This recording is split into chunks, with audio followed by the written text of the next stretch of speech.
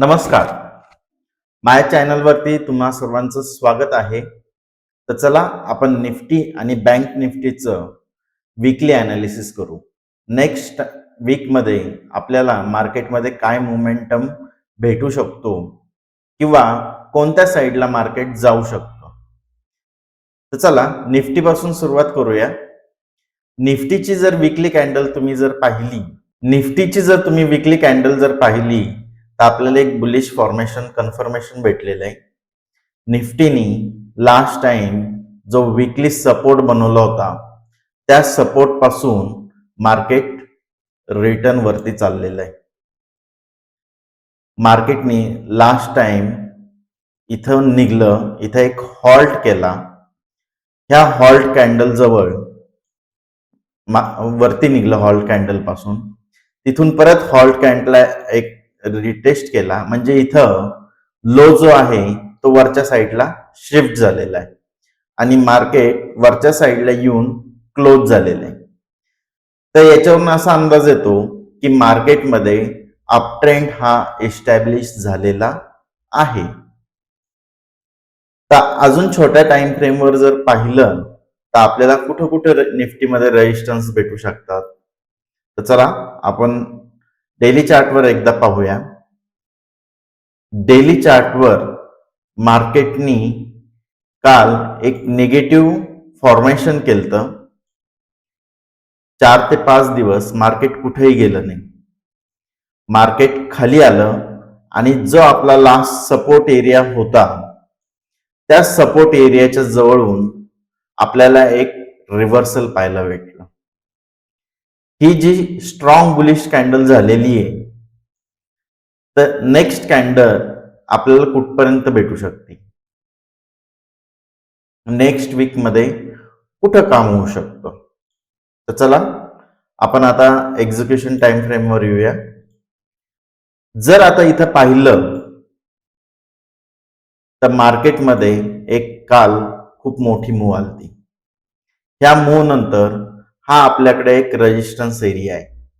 ह्या रेजिस्टन्स एरियाला जर मार्केटनी इथं येऊन हॉल्ट केलं, थोडं साईडवेज गेलं आणि याच्यानंतर जर ब्रेकआउट दिलं आणि आपल्याला इथं जर एखादी प्राइस ऍक्शन जर भेटली तर आपल्याला मार्केट हे 25,030च्या लेवलकडे जाताना दिसू शकतं.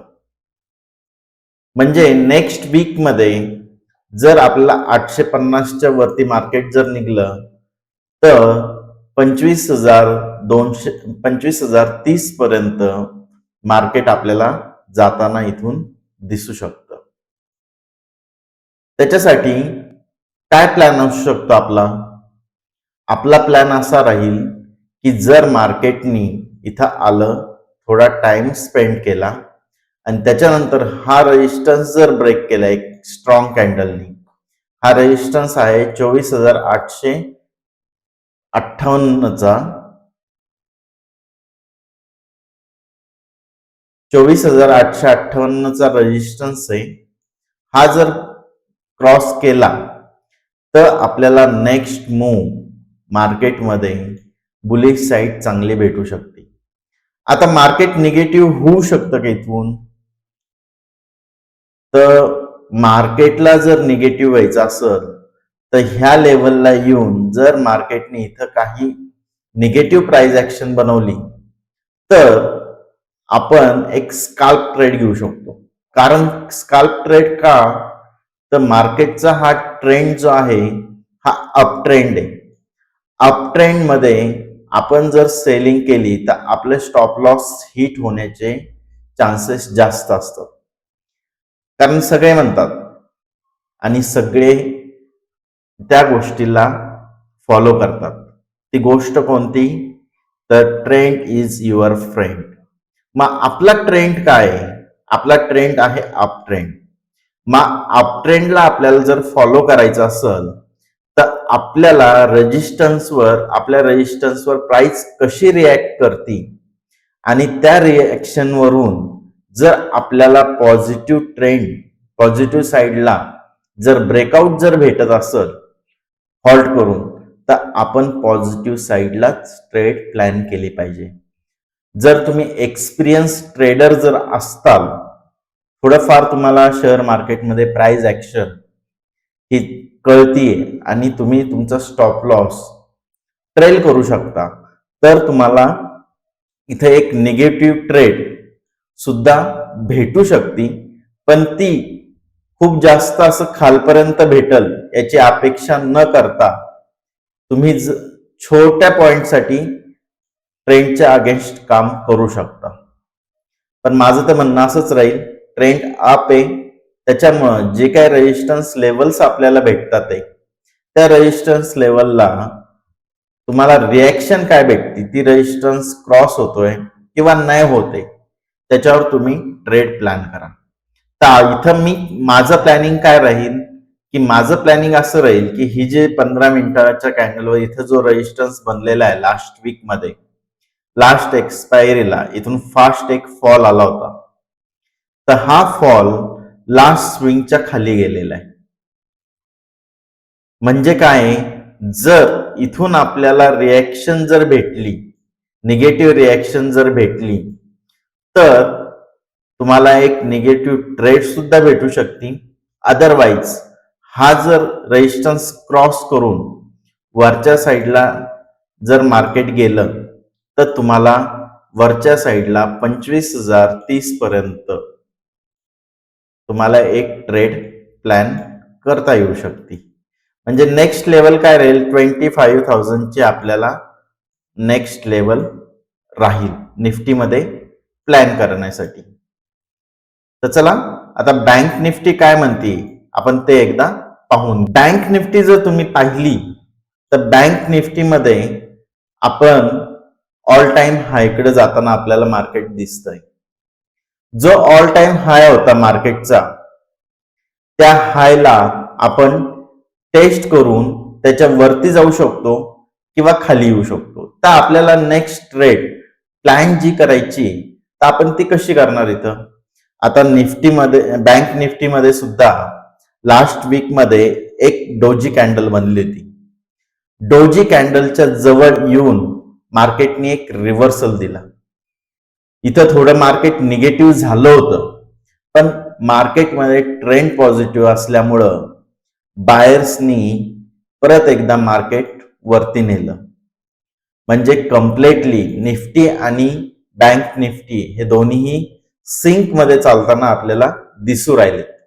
फक्त फरक काय, बँक निफ्टी ऑल टाइम हायच्या जवळ पोहोचलेली आहे आणि निफ्टी ऑल टाइम हाय पासून अजून थोडी लांब आहे. आता मागच्या वेळेस जर पाहायला गेलं, तर जेव्हा बँक निफ्टी खाली होती, तेव्हा निफ्टीनी नवीन ऑल टाइम हाय बऱ्याच शेअर्स लावले होते. तर तीच कंडिशन कदाचित आपल्याला बँक निफ्टीमध्ये आता होताना दिसू शकते. बँक निफ्टी आपल्याला नवीन हाय लावताना दिसल आणि निफ्टी ही आपल्याला ऑल टाइम हाय कडे येताना दिसू शकते.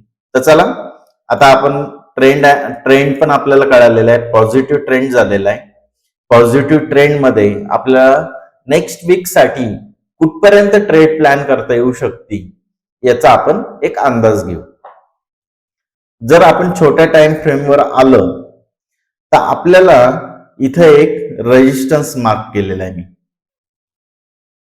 ह्या रेजिस्टन्सला मार्केटनी हॉल्ट केलता, पण लास्ट टाइम इथून एक शार्प सेलिंग झाली. त्या शार्प सेलिंग पासून मार्केट रिटर्न खाली आलतं आणि आता बँक निफ्टी सुद्धा आपल्या त्या रेजिस्टन्स जवळ पोहोचलेली. तर उद्या बँक निफ्टी जर गॅप अप ओपन होऊन नेक्स्ट वीक मध्ये जर ह्या रेजिस्टन्स जवळ हॉल्ट केला किंवा एका रेंज मध्ये जर राहिली, तर आपल्याला नेक्स्ट ट्रेड जी आहे ह्या रेजिस्टन्सच्या वरती प्लॅन आपण करू शकतो. जर ह्या रेजिस्टन्सच्या वरती निघली आणि एक रिटेस्ट मिळून आपल्याला नेक्स्ट वीक मध्ये नेक्स्ट रेजिस्टन्स जो दिसतोय बँक निफ्टी मध्ये, तो 54,000 150च्या आसपास दिसतोय. तर आपल्याला इथून जर मार्केट जर निघलं तर आपल्याला 54,150 पर्यंत मार्केट जाताना दिसू शकतं.